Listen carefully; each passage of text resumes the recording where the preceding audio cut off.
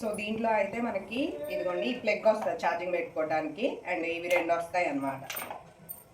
దీన్ని ఎలా యూజ్ చేయాలో చూపిమన్నారు కాబట్టి సో ఇలా మీరు దీన్ని పెట్టుకొని ప్రెస్ చేయాలి.